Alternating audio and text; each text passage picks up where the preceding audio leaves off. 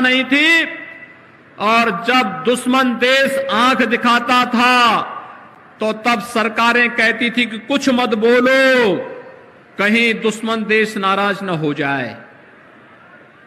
लेकिन नया भारत, दुश्मन देश अगर आंख दिखाता है तो उसकी आंख को हथेली पर रखने का काम भी करता है।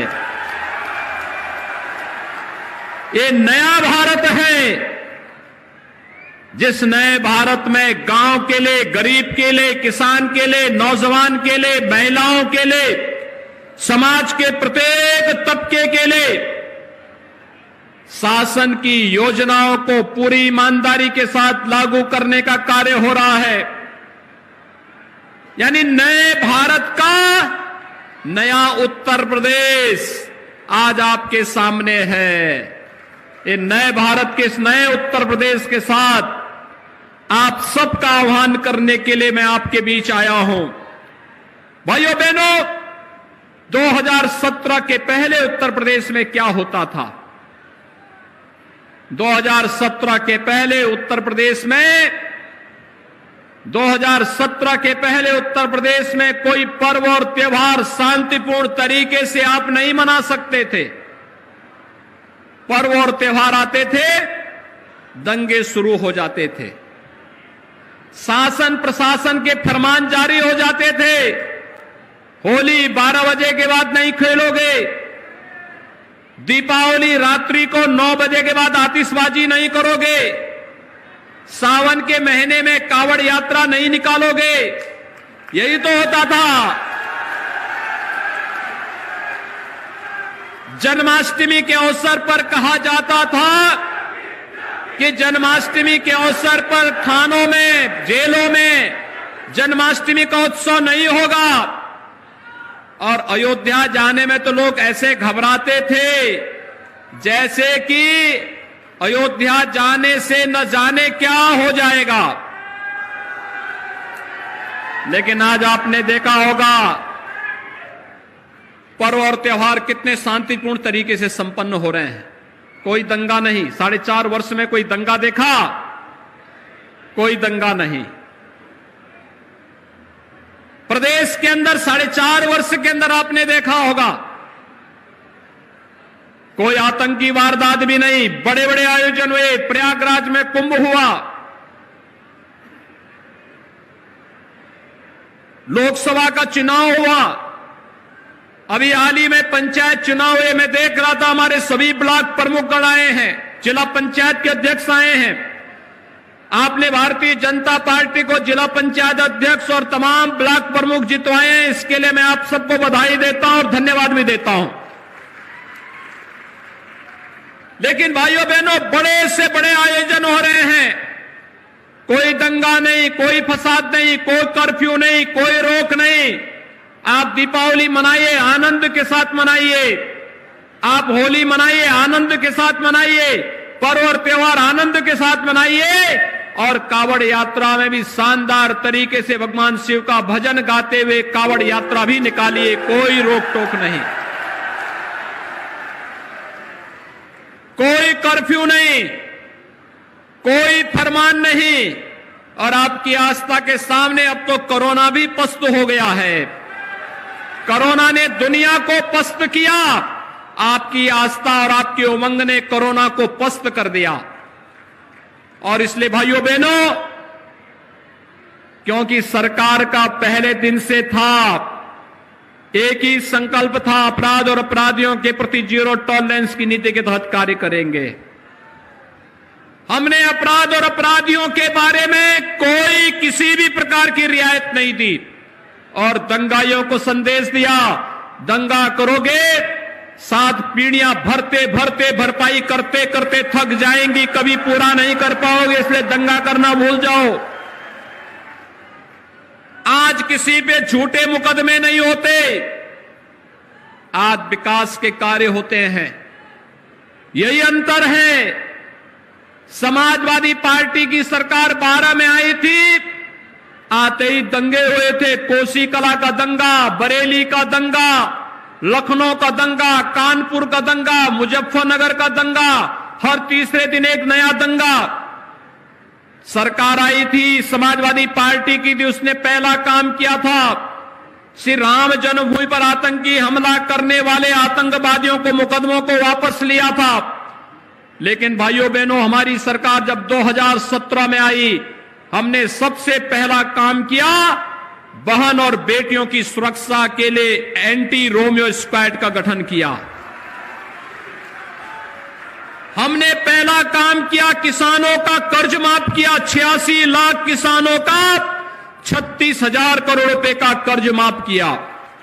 हमारी सरकार ने कार्य किया, और वह कार्य किया था हमारी सरकार ने अवैध बूचड़खानों को बंद करके, हमारी सरकार ने निराश्रित गौ आश्रय स्थलों की स्थापना की कार्रवाई को आगे बढ़ाने का कार्य किया।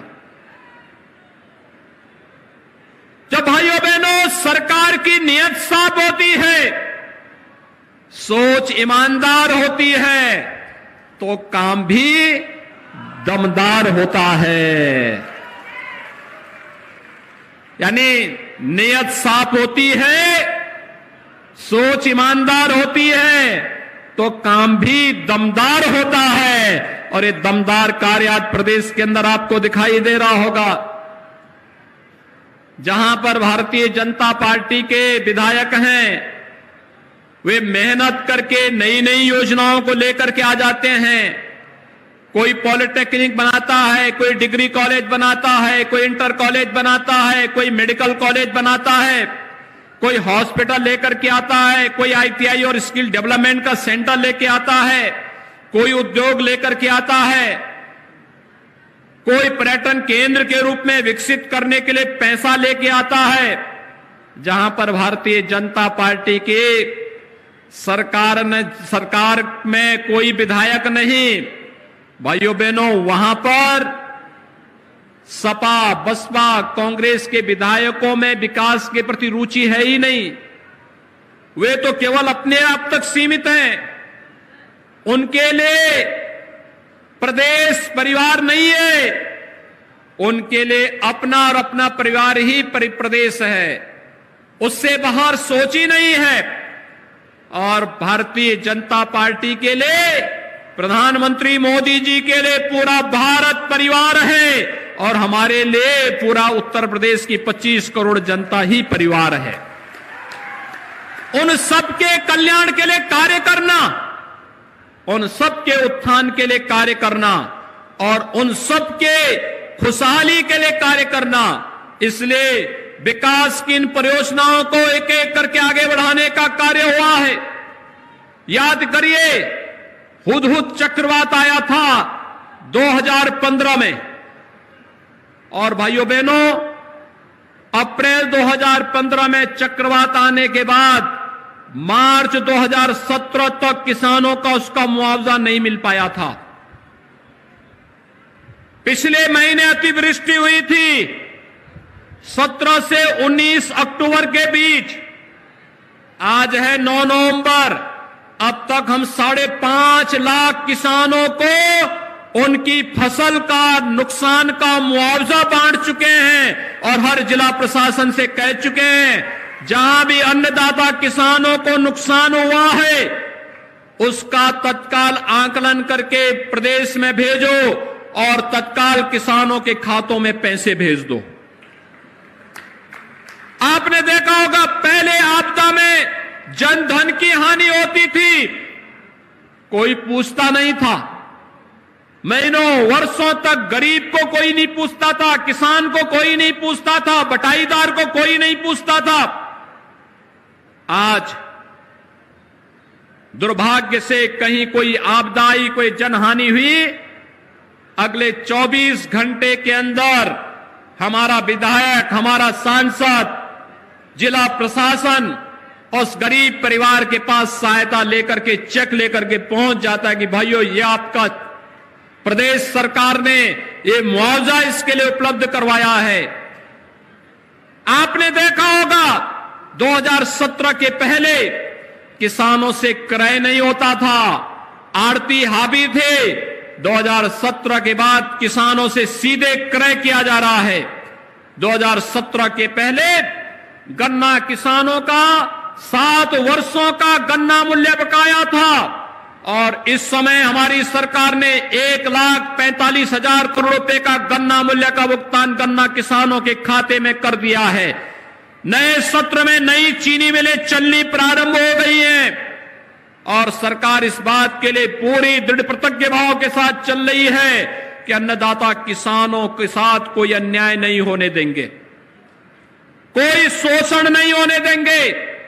धान क्रय केंद्रों को तेजी के साथ विगत वर्ष की तुलना में ज्यादा क्रय केंद्र बनाने के लिए कहा गया है और स्पष्ट चेतावनी दी गई है कि अगर किसान की कोई शिकायत आई तो फिर उस समय जवाबदेही तय करेंगे जो भी जिम्मेदार होगा।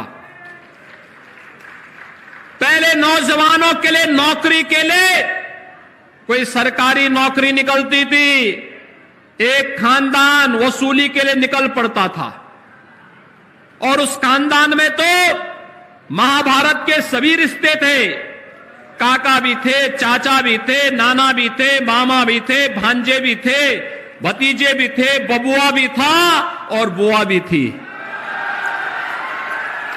ये सभी रिश्ते थे और वे सब वसूली के लिए निकल पड़ते थे।